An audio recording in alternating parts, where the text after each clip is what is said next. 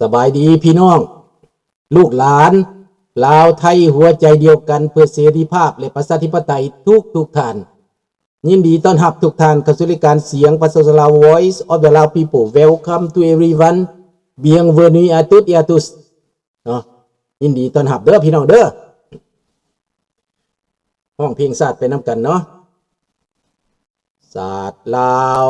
ตั้งแต่เดิมมาขึ้นชื่อลือซาอยู่ในอาซีศาสตร์ลาวผูกพันไมตรีความสามัคคีฮักห้อมกันหักศาสตร์หักปฏิเทาหักเจ้า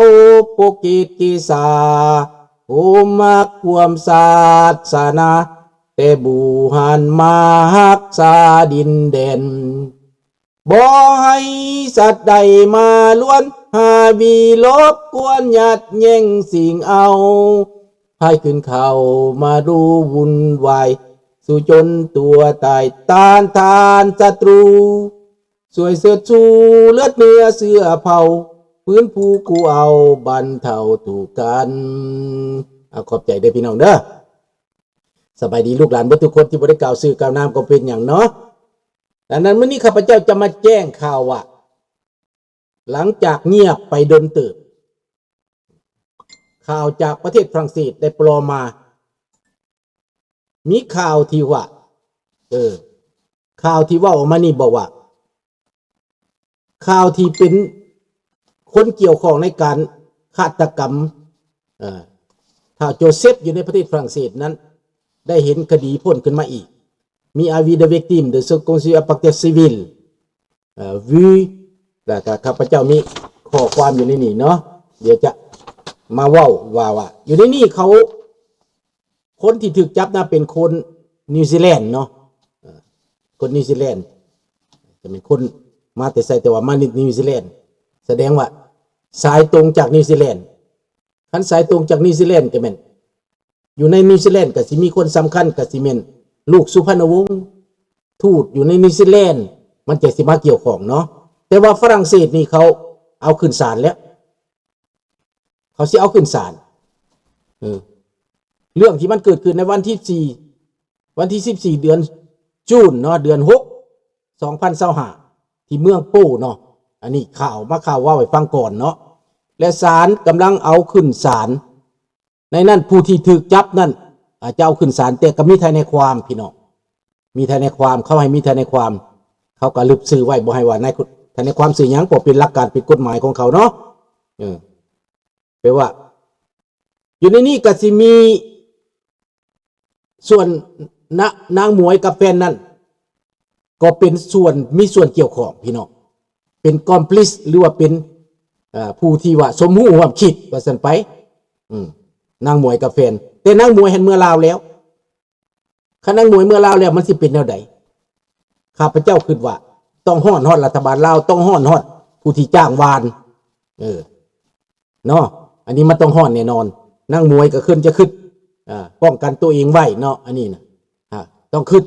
ว่าถ้าเขาบ่อยากมีต่อไปเขาก็อาจจะเก็บนางมวยไปก็ได้อันนี้นางมวยฟังแล้วก็ให้คิดเอาเด้อ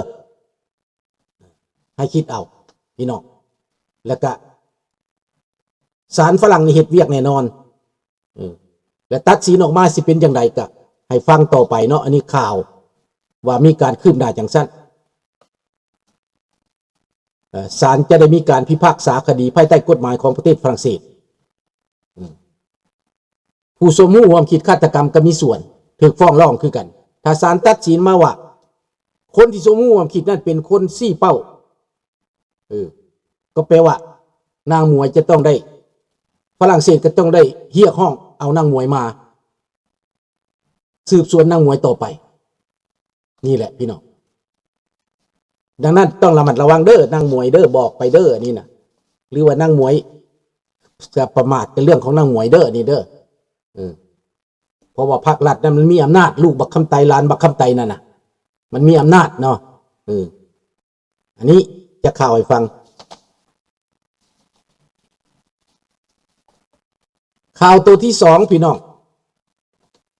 ข่าวตัวที่2นี่แม่น ข่าวเรื่องไครเมียเรื่องไครเมียนี่ยูเครนใกล้จะหยุดแล้วพร้อมเดียวกันนั้นตั้งแต่ประชุมสหประชาชาติมานี้ประเทศตุรกีรัฐมนตรีป้องกันประเทศตุรกีประกาศจะเข้าร่วมกันกับยูเครนเพื่อปลดปล่อยไครเมียเพราะว่าในไครเมียนั้นมีชนเผ่าของตุรกีชนเผ่าทาตาร์อยู่ในนั้นแปลว่ารัสเซียนี่เจ็บหัวอะไรตอนนี้นะ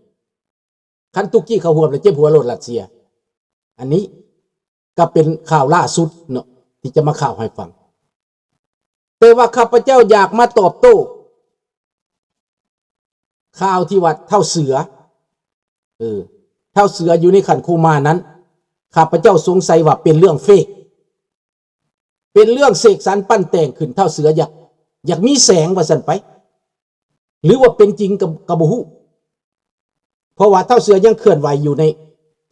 เฟซของเท่าเสือยังเคลื่อนไหวอยู่ถ้าเมนเท่าเสือเป็นจังสั้นอาจจะเป็นเมียเคลื่อนไหวก็ได้เนาะอาจจะเมียเคลื่อนไหวก็ได้เมียเป็นคนเขียนว่าสันไปเมียเป็นคนโพสต์ถ้าเป็นเท่าเสือเป็นท่านนะแต่เฮาก็ยังบ่ฮู้แล้วเท่าแหลมทอง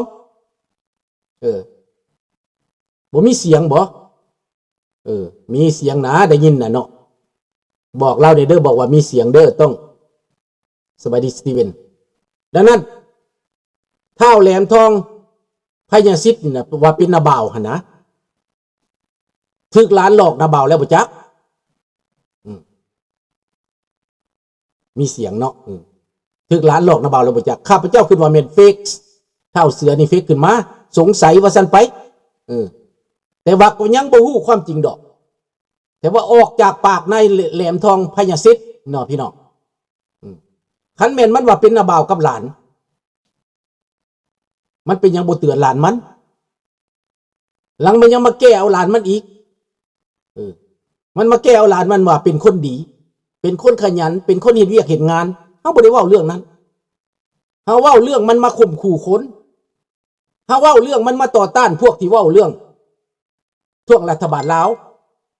มันเฮ็ดเวียกให้รัฐบาลลาวก็แปลว่ามันเป็นหยังก็เป็นคอมมิวนิสต์พี่น้องสิมีหยังมันก็เท่านั้นแต่นายแหลมทองพญาซิดนี้แก้ห้องเพลงแล้วได้ห้องแล้วแก้แทนหลานชายปกป้องหลานชายว่าซั่นไปแต่ถูกหลานชายตุ้มเฮ็ดตั้งที่เอาเข้านอนห้อง ICU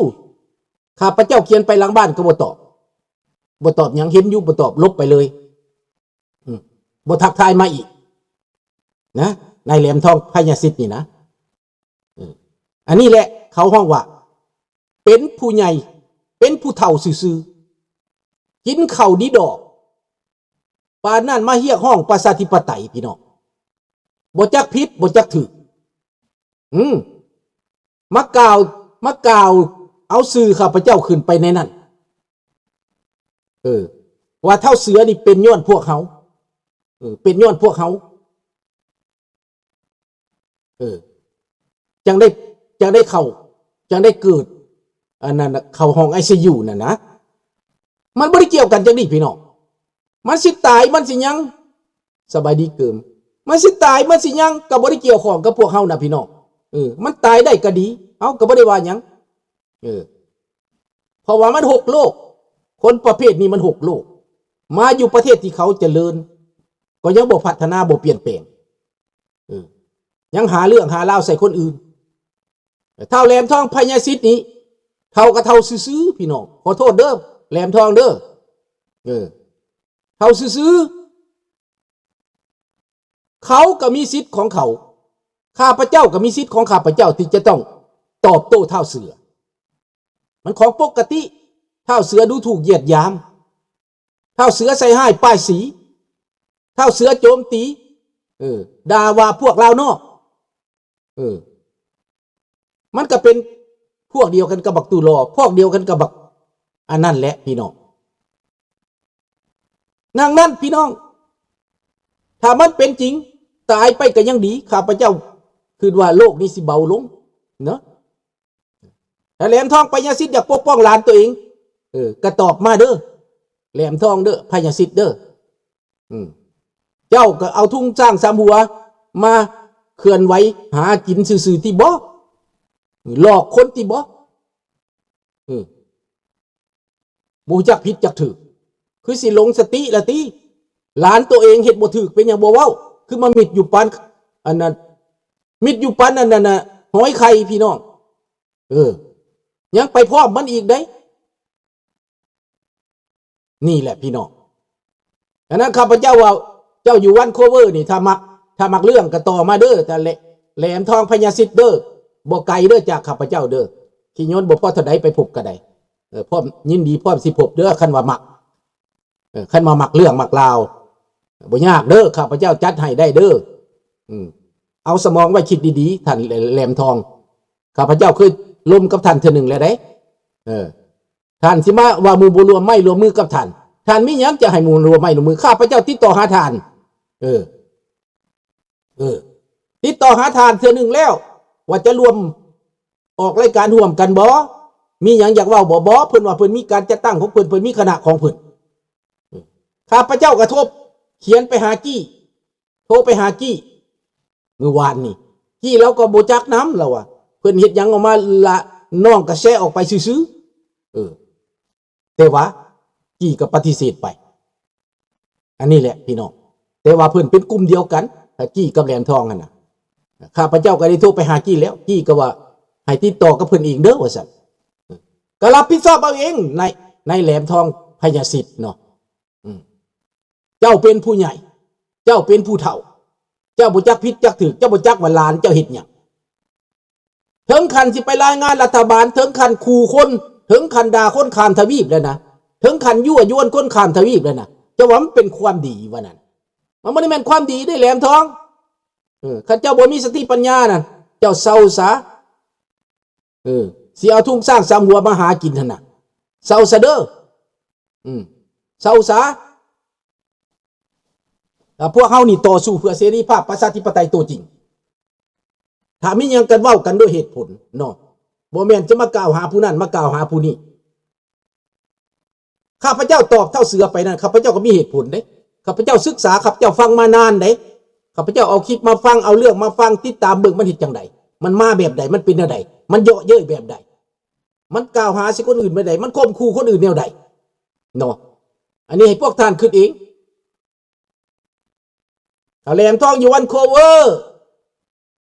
เสียงอีสังเพิ่นเลยเสียงอีสังเฝ้ากันเด้อฟังเดี๋ยวสิเขาไปเบิ่งให้มันมีหยังเกาะเดี๋ยวสิเขาไปเบิ่งให้อันสถานีของเพิ่นน่ะนะแสงสว่างบ่ข้าพเจ้าว่ามันบ่แม่นแสงสว่างเด้มันมืดตึ๊บติอันนี้น่ะเด้ร้านต้มนาบ่าวนะร้านต้มนาบ่าวจนเปื่อยนะจักมันเม่นร้านจักมันเม่นนาบ่าวกันแท้หรือบ่ฮู้แต่มันเว้าเอาเองแหลมทองเว้าเอาเองสถานีเพิ่นนั่นมันแสงสว่างติเรื่องด่วนข่าวให้1ชั่วโมงผ่านมานี่นะเพิ่นว่าเพิ่นลงออกมาน่ะเท้าแสงทองปัญญาสิทธิ์แหลมทองปัญญาสิทธิ์อันนี้แหละพี่น้องข้าพเจ้าว่าไปหับไส้ได้อันนี้นะเอาทุ่งสร้างสามหัวมาบังซื่อๆติบ่จักผิดบ่จักถูกคนอยู่ประเทศแคนาดาเดียวกันยังบ่ติดต่อหากันก่อนสิเว้าเห็นบ่ล่ะบัดขอความร่วมมือเพิ่นว่าเจือกไปทางอื่นพุ่นอย่าสิมาเว้าว่าหมู่บ่ร่วมมือกับตัวเองน่ะเจ้าเป็นไผเจ้ามีปัญญาหลายปานใดก่อนเจ้าสิให้หมู่ร่วมมือกับเจ้ามีปัญญาหลายปานใดสบายดีแก้วเมฆเป็นน้องจันทวีเด้อมิโกะสบายดีอันนี้แหละข้าพเจ้าว่ามากินความคิดเท่ากะเท่าดีดอกบ่คิดพิจารณาก่อนเว้าระดับนี้แล้วนะถ้าเจ้าสิเว้าหยังเจ้าต้องคิดได้แม่นบ่ล่ะถ้าบ่มีเหตุผลเจ้าบ่ได้ฟังเหตุผลเพียงพอน่ะนะ